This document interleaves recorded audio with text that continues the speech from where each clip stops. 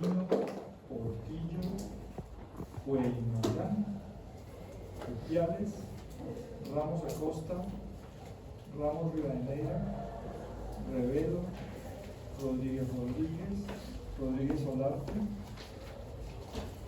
Romero Pantoja, Salas Erazo, Salazar Martínez, Salcedo, Santa Cruz, Torres, Velázquez, Zambrano y Zúñiga.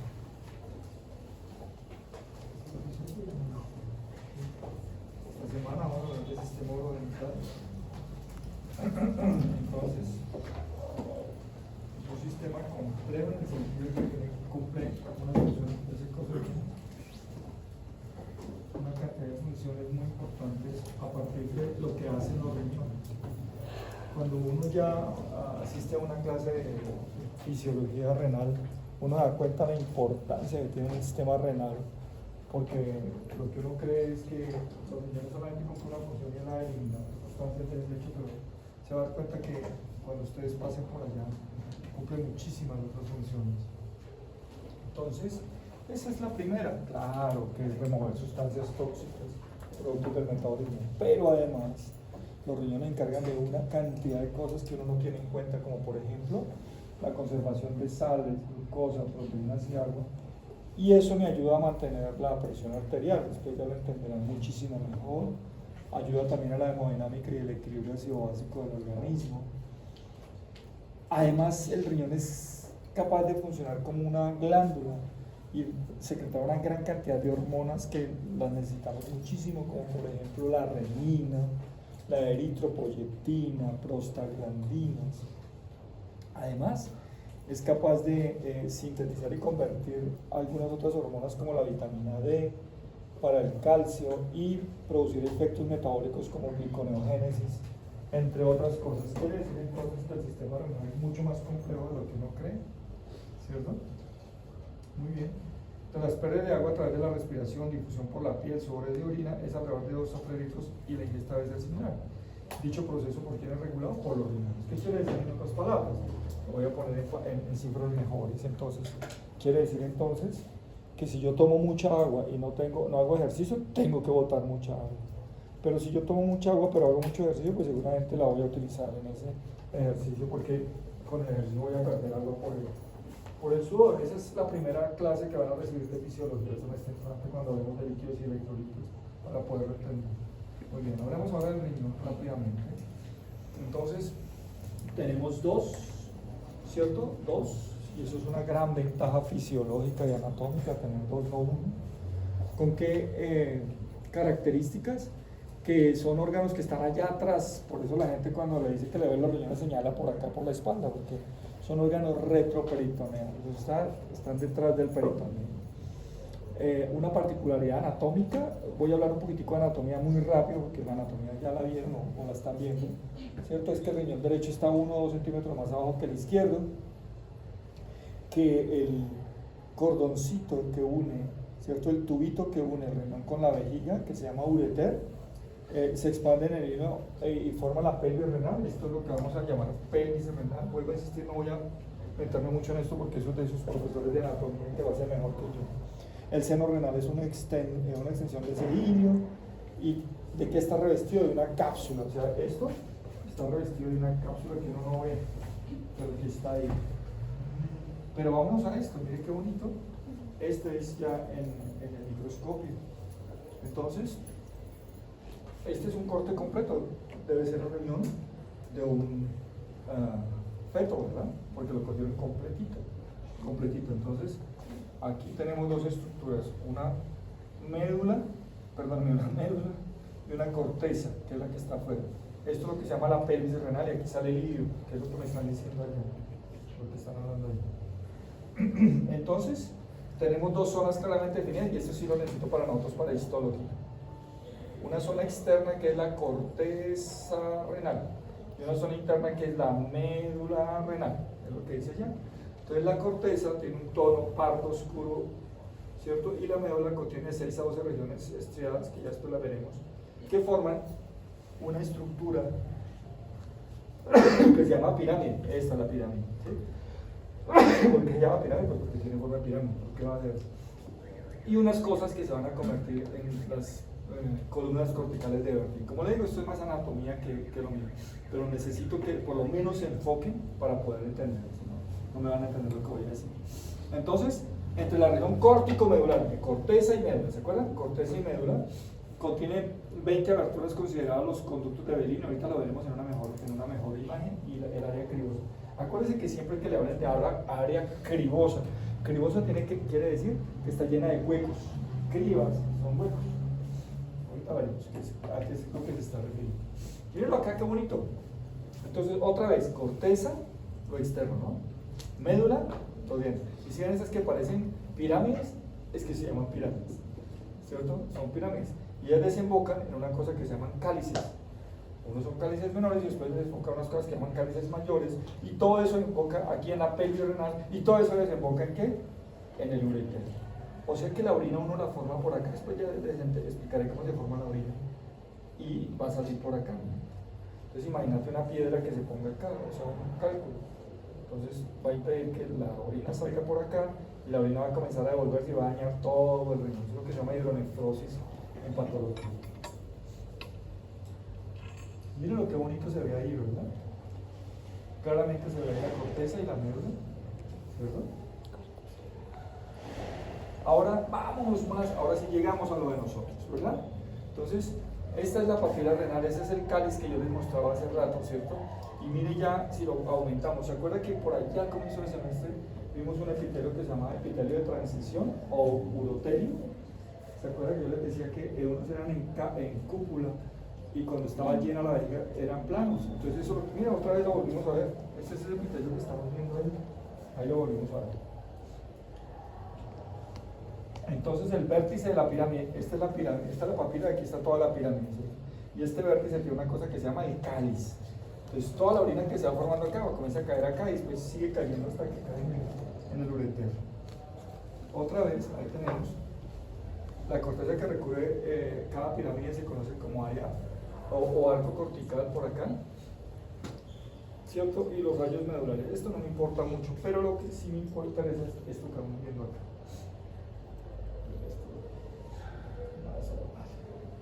Y llegamos a lo de nosotros. Entonces, cuando ya vamos volviendo esto cada vez más chiquito, llegamos a una cosa que se llama la unidad funcional del riñón. Se compone de una cosa que se llama nefrona, y ahí es donde todos tenemos que entrar en la parte mínima. Entonces la nefrona es la parte microscópica, ¿cierto? Que se encarga de hacer todas esas funciones que yo le dije hace rato. Y un túbulo colector. ¿Y qué es lo que hace? Modifica el líquido que pasa a través para convertirlo en orina. Entonces imagínate que yo quiero mostrarles una cosa. Esta es la arteria renal. Y la arteria renal se va dividiendo en cada vez arterias más chiquitas, más chiquitas, más chiquitas, hasta que se termina convirtiendo en una arteriola que se llama arteriola aferente, que es la que le mete sangre a una estructura que se llama nefrona. Yo le estoy metiendo al riñón sangre y por un lado estoy sacando orina, la sangre es roja, pero si ustedes se dan cuenta la orina no es roja. Entonces, ¿qué ha pasado para volver esa sangre en orina? La tuvo que filtrar, ¿sí entienden? Y parte de la sangre la devuelvo por otra arteriola que se llama arteriola eferente. Pero eso lo vamos a ver ahorita no nos preocupemos, solamente les estoy indicando que dice acá que modifica el líquido que pasa a través para convertirlo en orina. ¿Cuál es el líquido que entra al riñón? Sangre. Cada riñón tiene alrededor de 1.3 millones de nefronas, o sea, en nuestros riñones ustedes tienen 1.3 millones de nefronas. Y entonces ustedes han escuchado hablar una palabra que se llama diálisis, que a los pacientes les hacen diálisis. Diálisis es limpiar la sangre exactamente como lo hace el riñón. Entonces nosotros tenemos 1.3 millones en cada riñón de máquinas de diálisis microscópicas que nos hacen el trabajo. Cuando se daña un riñón, entonces no hay quien haga esa diálisis, o sea, no limpia la sangre. Entonces, ¿qué le toca que hacer a los pacientes? Pegarlos a una máquina para que la máquina sea quien haga ese trabajo. Por eso es tan importante estas nefronas de las cuales vamos a hablar y vamos a ver allá al microscopio. ¿Un mismo túbulo colector drena varias nefronas? Sí, ahorita lo veremos. Pero metámonos ahora en uno de nosotros. Entonces, esto que parecen como arbolitos chiquitos, ¿cierto? Como maticas chiquitas, pues no son maticas chiquitas, son las nefronas que estamos viendo. Entonces, por eso aquí habla de estas son las papilas, Pero aquí no me interesan las papilas, me interesa esto porque esto es lo macroscópico, a mí me interesa esto microscópico.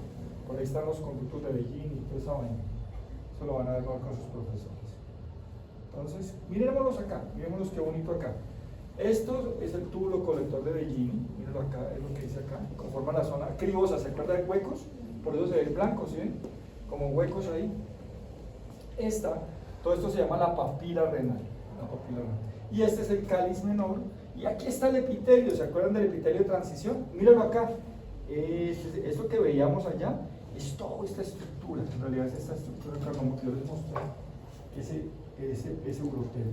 Ahora bien, entonces, los túbulos uriníferos, o sea, los que van a conformar eso, se encuentran aglomerados densamente en el tejido conjuntivo del riñón con estroma escal, o sea, se van a acumular por acá. Su origen es epitelial y está separado de quién? Del estroma, que es netamente tejido conjuntivo, que está rodeado por gran cantidad de sangre. Y llegamos. Entonces, ¿qué es una nefrona? Ahora vamos a ver lo microscópico. ¿Se acuerdan de la arteria grandota, la arteria renal? Miren, la arteria renal se terminó convirtiendo en esta arterita chiquitica que es una arteriola. ¿Se acuerdan que ya sabemos la diferencia entre arteria y arteriola? Esta arteriola se llama arteriola aferente. Todo lo que diga aferente central. Y aquí hay un nudo de capilares. Aquí es donde se filtra todo. Aquí, en este momento. Y lo que se va a convertir en orina cae acá. Aquí, este se llama túbulo contorneado proximal. Y lo que no, tiene que devolverse otra vez a la sangre. Entonces, entra por la arteriola aferente y sale por la arteriola eferente. Y lo que vamos a botar, ¿a dónde cae? Al túbulo contorneado proximal, que después se va a convertir en una cosa que se llama asa de Henle, que es esto que están viendo acá. Y el asa de Henle, que se convierte en el túbulo contorneado distal, y el túbulo contorneado distal drena a una cosa que se llama túbulo colector. ¿Sí? Eso es microscópico. Y eso es lo que tenemos, 1.300.000 de estos tenemos. Y estos son los que filtran, estos son los que nos hacen la diálisis cada día. Entonces hay dos tipos de nefronas, unas que se llaman corticales, más cortitas. Esta es la corteza, ¿sí ven que esta aquí es más pálido? Y aquí es rojo oscuro. Esto es corteza y esto es médula. Entonces hay unas que son chiquiticas y otras que son más largotas. Entonces hay dos tipos de nefronas, unas corticales y unas justamedulares que están mucho más abajo. Entonces las justamedulares son más largas, el corpúsculo se ubica en la corteza y sus pares tubulares en la médula. Esas justamedulares corresponden al 15% del total, miden 40 milímetros de largo. ¿Ustedes en qué están?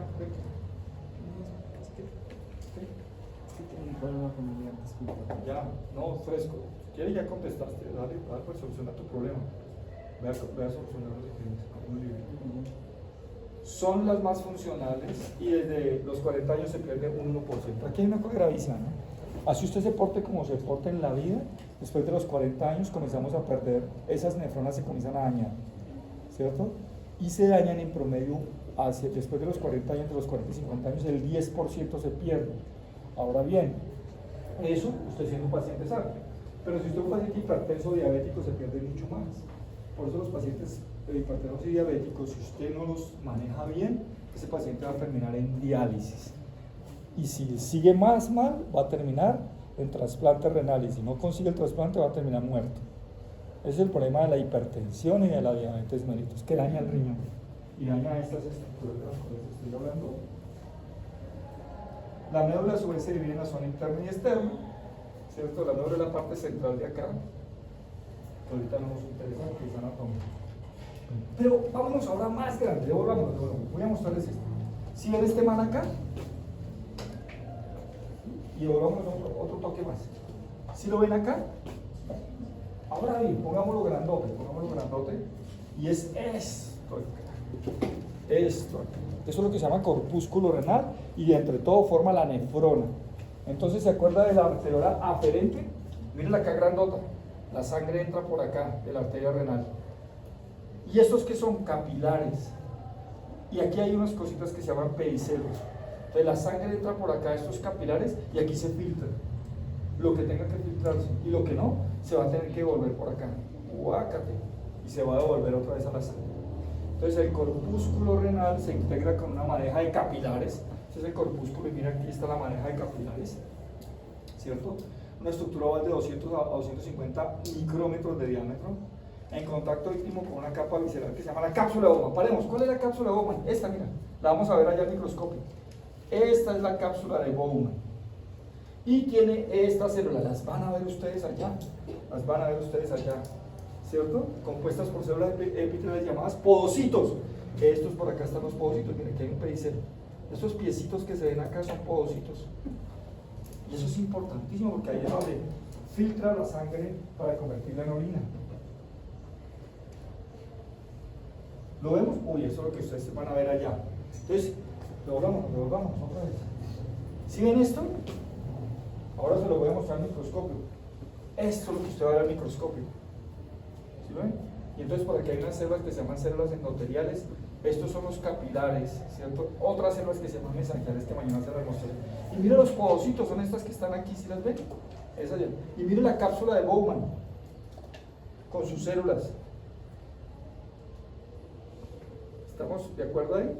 Por aquí hay una cosa buenísima que se llama aparato justaglomerular. Después van a entender cómo el aparato justaglomerular que nos controla la presión arterial y le controla la presión arterial a los pacientes. Miren aquí la arteriola aferente. La sangre entra por acá y comienza a dar vueltas aquí en los capilares y se filtra. Y cuando ya se filtra, cae aquí en el espacio de Bowman o en la cápsula de Bowman.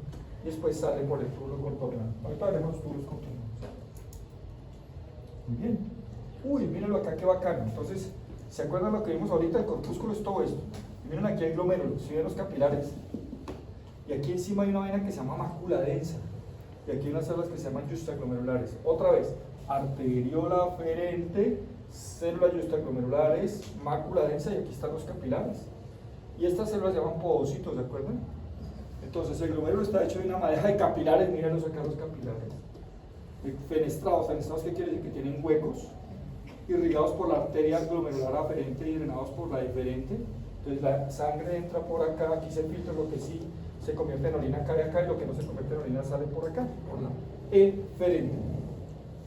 Las células de tejido conectivo de la arteria aferente no penetran la cápsula acá de Bowman y se sustituyen por células mesangiales. Muy bien. Entonces, ya decimos. Ahora la pregunta es, ¿y qué es lo que filtra? Yo les pregunto una cosa. Cuando uno orina sangre, no. Si un paciente orina sangre, hay que estudiarlo porque puede tener algo grave o no tan grave, pero no está bien que uno orine sangre. ¿Por qué no? Porque eso que yo les acabo de mostrar, esas células y esos podocitos, no le permiten que los glóbulos rojos se filtren. Entonces los glóbulos rojos siempre se van a devolver. ¿Sí entienden? Siempre se van a devolver por la eferente, pero nunca van a caer a la cápsula de Bowman. Entonces por eso uno no orina sangre. Si orina sangre es porque algo está funcionando mal. Entonces el glomérulo tiene capilares fenestrados cuyas células endoteliales están muy atenuadas. Sus fenestros, o sea sus huecos, los huecos, no están cubiertos por un diafragma. Los poros son grandes, de 70 a 90 nanómetros, y actúan como una barrera para elementos formes de la sangre y macromoléculas de mayor tamaño. ¿Qué quiere decir entonces? Que estas células no permiten que salgan cosas grandes como ¿qué? Como eritrocitos o proteínas. Por eso en la sangre no puede haber, en la orina, perdón, no puede haber ni glóbulos rojos ni proteínas grandes. No. Si por algún motivo un paciente comienza a botar proteínas, se llama proteinuria. Y quiere decir que el glomérulo se está dañando. Y quiere decir que el que filtra ya no está filtrando. Y quiere decir que ese riñón se está dañando y que ese paciente, si sigue así, va a terminar en diálisis. ¿Se entiende? Por eso los pacientes hipertensos y diabéticos, ustedes van a ver en consulta externa que nosotros le pedimos proteínas en orina y le pedimos sangre en orina para ver si se está filtrando. Si uno ve que comienza a aparecer, el filtro se está dañando. ¿Y qué hay que hacer? Cuidarlo más. Y si no se cuida, hay que meterlo en diálisis. ¿Sí? Muy bien, ¿qué más tiene? Entonces tiene 3 capas. Entonces hay 3 capas, miren acá, yo quiero que miren, este es el endotelio. O sea, ¿se acuerdan que son capilares? Entonces miren el endotelio capilar, con huecos fenestrados. Pero después tiene una lámina o una lámina basal, ¿cierto? Y una membrana basal acá. Y después tienen, ¿se acuerdan de los pedicelos, los podocitos que yo les decía? Entonces, si yo soy una sustancia que quiero caer en la orina, tengo que atravesar todo esto. Si soy grande, voy a quedar atrapado. Si soy chiquito, voy a poder pasar. ¿Sí entienden? Entonces, la lámina basal tiene 3 capas, la lámina densa de 10 100 nanómetros de espesor, que posee colágeno tipo 4, las láminas raras que son menos electrodensas. Esto no lo vamos a poder ver en el microscopio porque no tenemos microscopios tan potentes para poder ver láminas, pero sí vamos a poder ver algo muy similar a esto. Mira. Entonces vamos a ver qué estamos viendo aquí. Mira, este es el glomérulo, esto sí lo vamos a ver allá, ¿cierto? Por aquí están estas células que están aquí al borde, se llaman podocitos, ¿se acuerdan? Esta es el espacio de Bowman. Estas son las células viscerales de la capa de Bowman y toda esta es la cápsula de Bowman, ¿sí? De la capa visceral, esta de células especializadas se le denominan podocitos, pero está acá, estos son los podocitos, no acá. Y prolongaciones tentáculos denominadas mayores que a su vez van a los pedicelos que son mucho más chiquitos, eso no lo vamos a alcanzar ahora. Sigamos acá. Entonces aquí que estamos viendo, se me confunden ahí. Entonces los pedicelos descansan en la lámina rara de la lámina basal, no tiene órganos pero tiene microfilamentos. Entre los pedicelos están las hendiduras de filtración que ya se las mostré pero se las voy a volver a mostrar, y el diafragma. Los podocitos producen factor de crecimiento endotelial glomerular para mantenerlas o hacerlas entrar en el ciclo celular. Entonces, otra vez acá, este es el glomérulo, ¿ven? Este es el glomérulo. Este es el espacio de Bowman. Este es el glomérulo como tal, y estos son los podocitos. Estos son los podocitos. Por aquí lo que están viendo acá son los túbulos, que ahorita vamos a hablar de los túbulos. Ahorita vamos a hablar de esto. Entonces el espacio de Bowman drena al túbulo proximal en el polo urinario. Ahorita veremos qué es eso en el polo urinario. Constituye gran parte de la corteza renal. La parte tortuosa, o sea, así, la que es enredada o contorneada, se localiza cerca de los corpúsculos renales, y la parte recta desciende hacia la médula. Lo vamos a ver mejor. ¿Qué epitelio encontramos ahí? Cuboide simple con citoplasmas y microvellosidades. Entonces, vamos a salirnos y vamos a entrar al túbulo contorneado proximal. Ojo acá, mira. Este es el glomérulo que ya lo vimos, ¿se acuerdan? ¿Y cómo se sigue después del glomérulo? Esto que es enredado, ¿sí lo ven acá? Túbulo contorneado proximal. Túbulo contorneado proximal. Ese es que estamos hablando ahorita, del túbulo contorneado proximal. ¿Cierto? Cuando dice aquí la parte tortuosa es esto, mira. ¿Lo vamos a poder ver al microscopio? No. No lo podemos, porque en el microscopio vamos a ver los cortes así. ¿Vamos a ver los túbulos contorneados proximales? Sí, pero los vamos a ver cortados. Así los vamos a ver. Así como estos. Los vamos a ver así, así, así y así. Así los vamos a ver. Ahí, ¿sí los ven? Entonces así los vamos a ver. Esos son los túbulos contorneados proximales. ¿Sí los ven que parecen rueditas? Eso es lo que vamos a ver exactamente.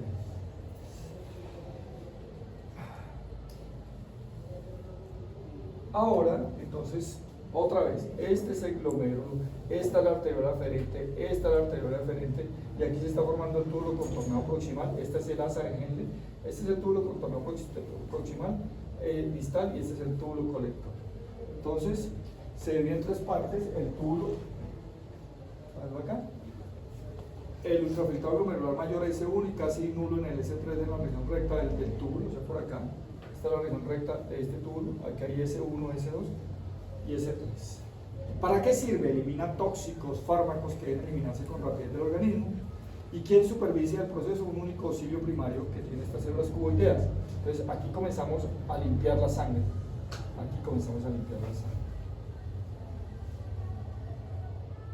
Muy bien. Y llegamos a una estructura que se llama el asa de Henle.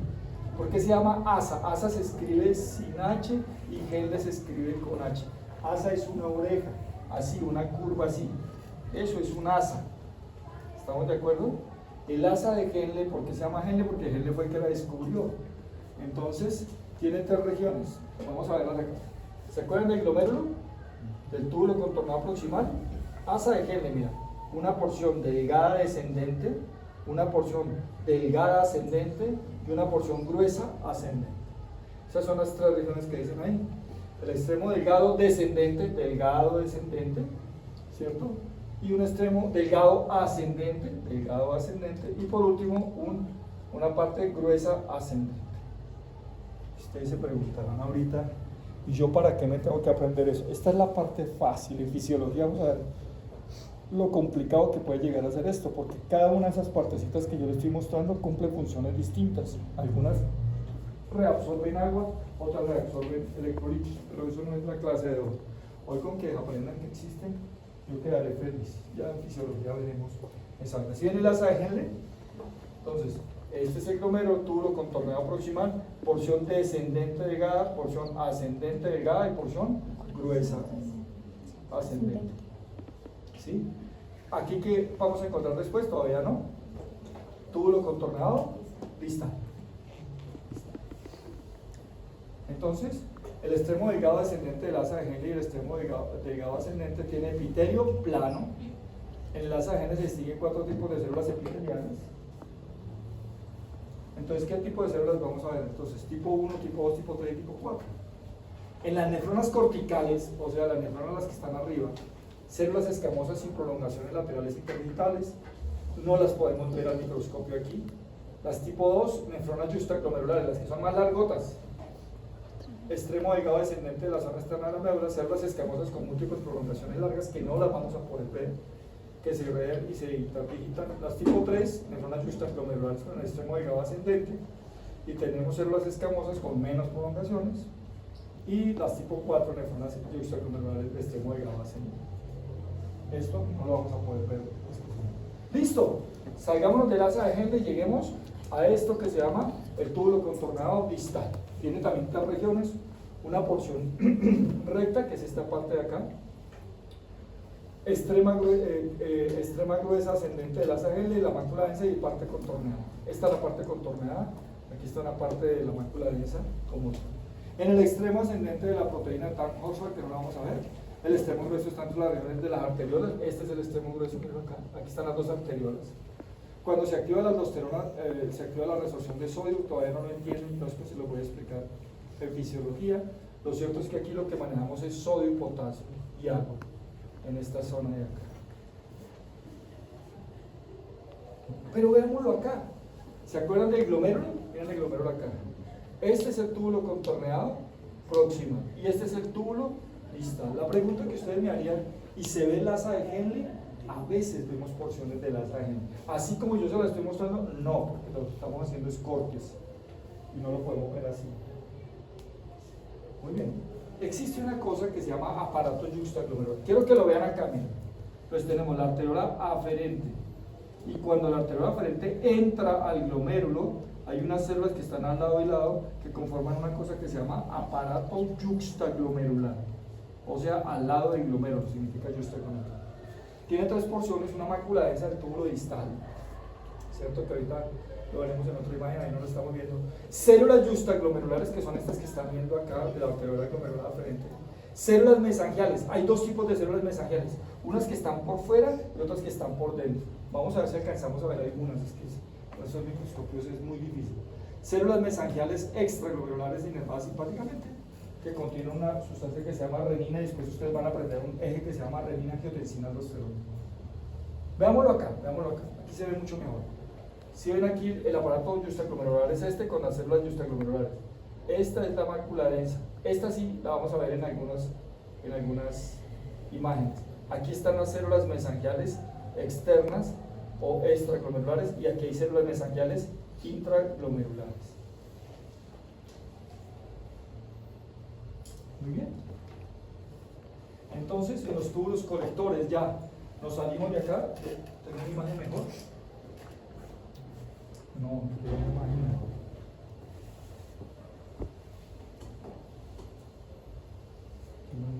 Aquí. Entonces, ojo acá. Glomérulo, túbulo contorneado proximal, asa de Henle, túbulo contorneado distal. ¿Y dónde desemboca? En un túbulo colector. Hagan de cuenta que esta es una casita, que estamos en un barrio, y el barrio tiene muchas casas, y esta es la parte de la alcantarilla. Entonces toda la alcantarilla de cada casa desemboca en un tubo madre, un tubo más grande. El túbulo colector es el que recoge de varios, por eso ustedes ven esto, ¿sí ven esto acá?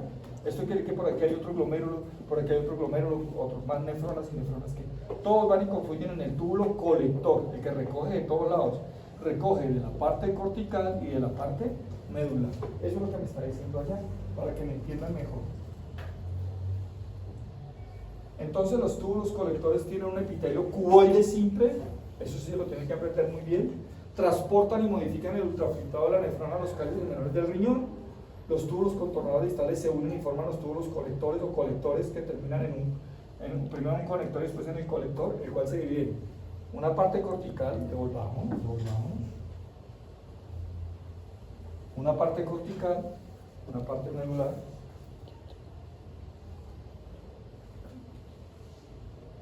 y terminan en los conductos de Bellini o los papilares, que ya les había mostrado antes.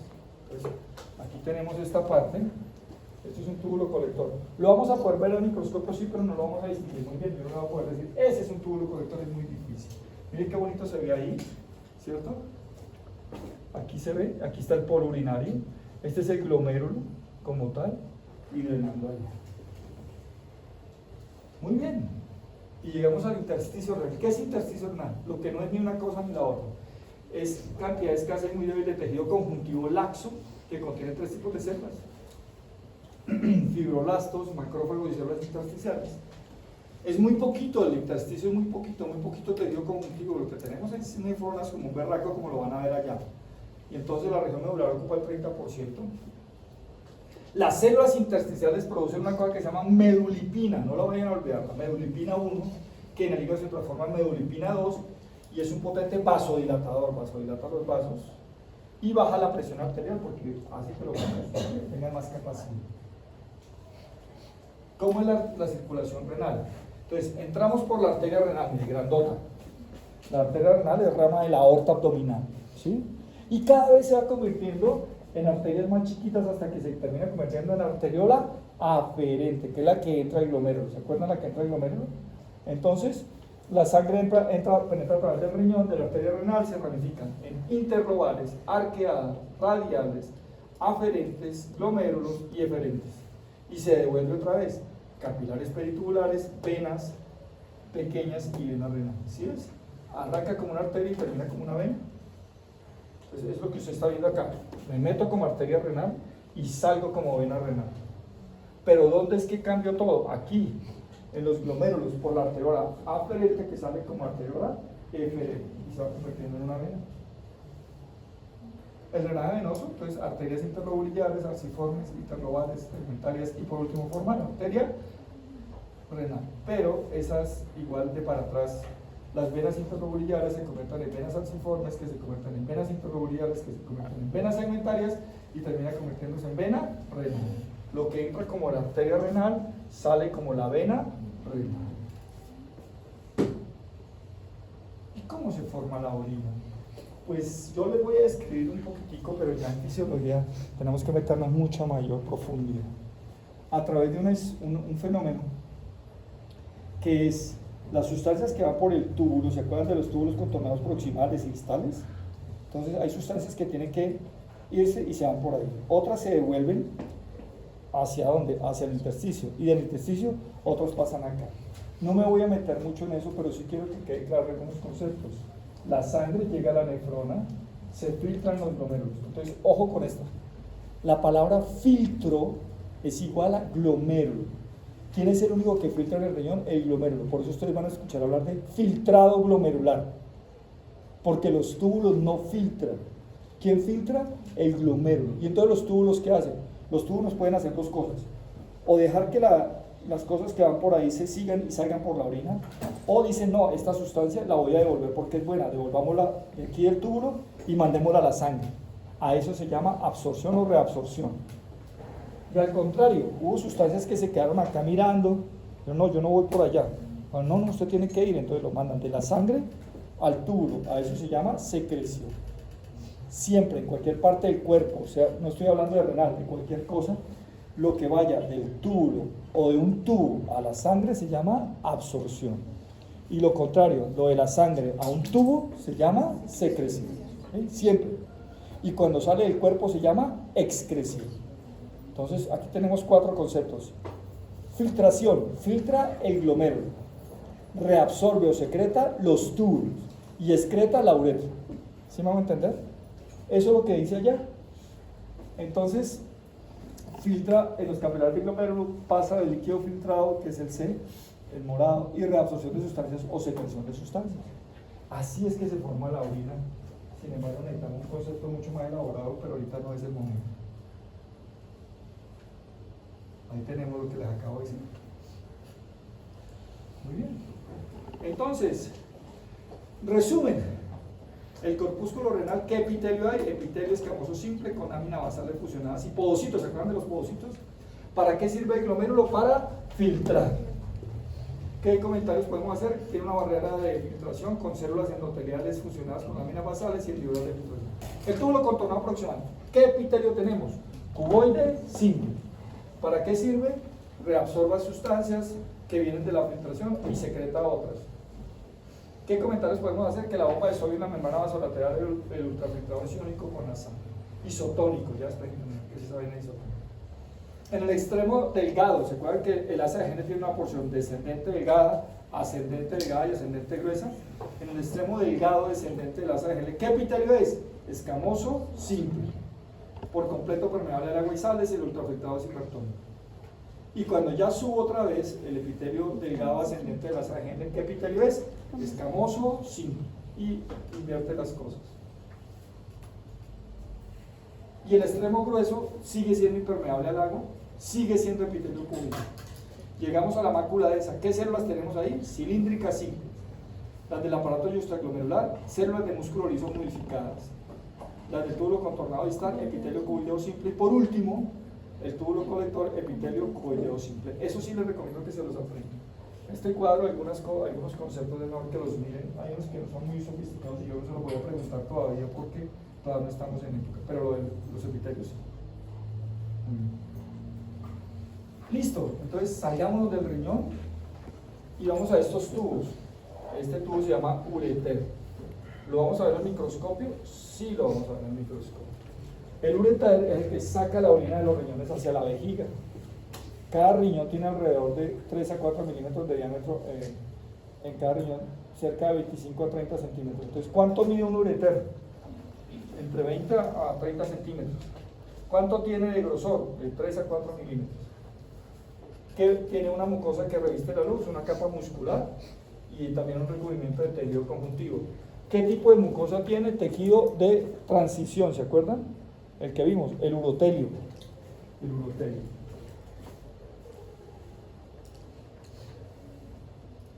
Dejámoslo acá. ¿Se acuerdan que lo veíamos como una estrellita? A veces lo veíamos, el ureter lo veíamos más largo, la uretra la veíamos más allá. ¿Qué es lo que me está diciendo ahí? ¿Sí se acuerdan de esta imagen? Sí, claro.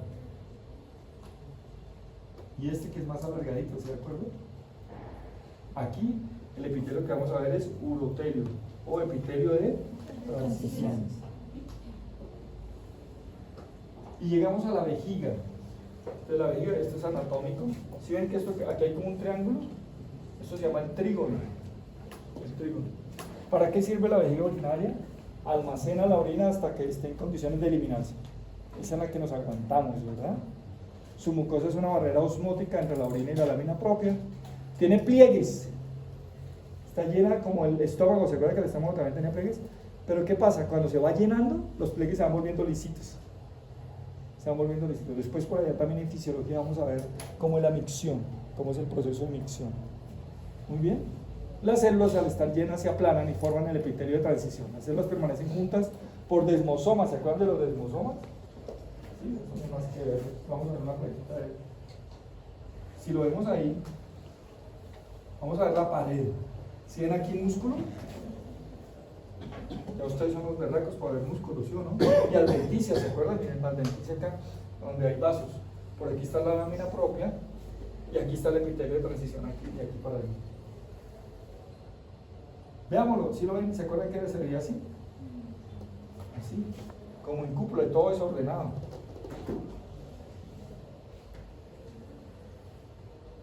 Ahí, músculo, ¿sí ven acá músculo?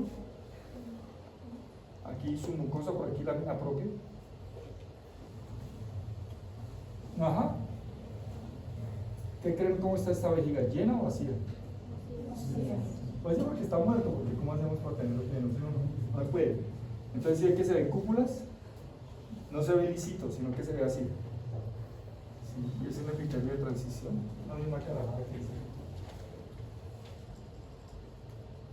¿Hay diferencias entre la uretra masculina y femenina? Sí, lo vamos a ver allá. Entonces, no es lo mismo la uretra masculina que la uretra femenina, lógicamente.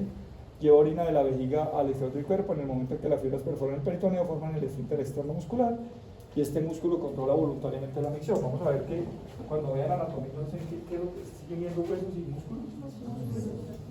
¿No saben que hay todo el semestre? El otro semestre. Bueno. Entonces el otro semestre se acordarán, bueno, ¿qué van a acordar? Entonces, el proceso de la micción, van a darse cuenta que para un orinar tiene dos esfínteres o dos controles, un control intrínseco y un control extrínseco. Por eso es que usted, cuando veamos el proceso de la micción, fisiológicamente, hay un primer información y usted dice, tengo ganas de orinar, pero usted se puede aguantar, ¿cierto? ¿Por qué? Porque hay un esfínter que usted puede controlar ahí y el cerebro todavía lo puede controlar. Pero llega un momento en que si usted sigue, vaya, o se orina, ¿sí me entiende? Porque va a llegar un momento en que ya no puede haber control y ya los esfínteres se van a relajar y va a orinar. ¿Sí? Pero eso lo veremos después en micción. ¿Sí ven la uretra? ¿Y si ven esta? ¿Qué opinan? Entonces, ahí ya estamos viendo. Ahí está la uretra femenina. ¿Sí ven esta musculatura acá? Ustedes ya son los berracos para ver músculo.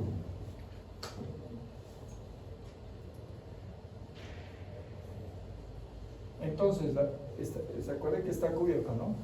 Por epitelio transicional y escamoso estratificado no queratinizado. Ojo, ojo, que aquí en la uretra ya podemos encontrar partes con epitelio transicional, pero en la parte más distal, ¿se acuerdan que yo les decía a ustedes?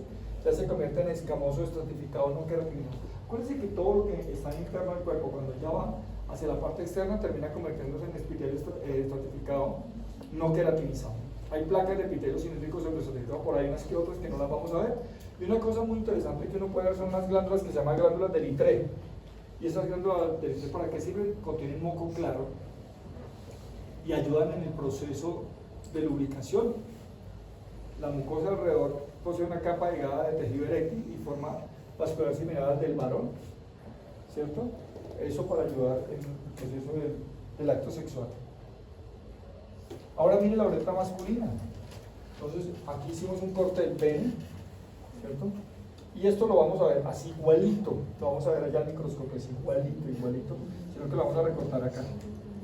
Vamos a ver la uretra, pero vamos a ver los cuerpos cavernosos y los cuerpos esponjosos, y vamos a ver que son los que se llenan de sangre. Aquí están los cuerpos cavernosos.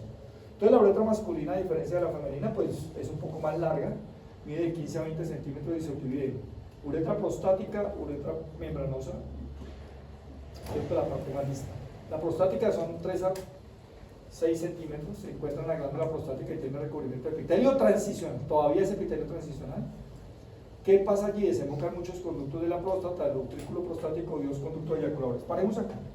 ¿Cuál es la diferencia que tenemos los hombres con respecto a la uretra? Es que nosotros eyaculamos por la uretra y orinamos por el mismo tubo. ¿Sí entiende? Las mujeres no. Las mujeres tienen el conducto vaginal, ¿cierto? Y tienen uretra. Nosotros no. Entonces por eso es que habla ahí de que en esa uretra prostática desembocan conductos eyaculadores. La membranosa, 1 o 2 centímetros de largo, pasa a través de la membrana perineal y está recubierta de epitelio cilíndrico estratificado. Miren cómo cambiamos el epitelio. ¿Sí se acuerdan que aquí el epitelio era transicional? Y aquí ya cambiamos a un epitelio cilíndrico estratificado mezclado con pseudoestratificado. ¿Sí? Entonces miren acá, esta se llama próstata. Esto es lo que se nos crece a nosotros los hombres. Como se crece, comienza a tapar la uretra. Entonces por eso uno de los signos y síntomas que tenemos los hombres cuando llegamos a cierta edad, sí comenzamos a tener problemas para orinar. ¿Por qué? Porque la próstata se crece y comienza a sellar y no deja pasar la orina. ¿Sí? Comenzamos a tener problemas para poder orinar. ¿Vale? Ven aquí ya, la uretra está. Ahí está. ¿Sí ven la uretra de nosotros es más alargada? La de las mujeres es como una estrellita. La de nosotros es alargada.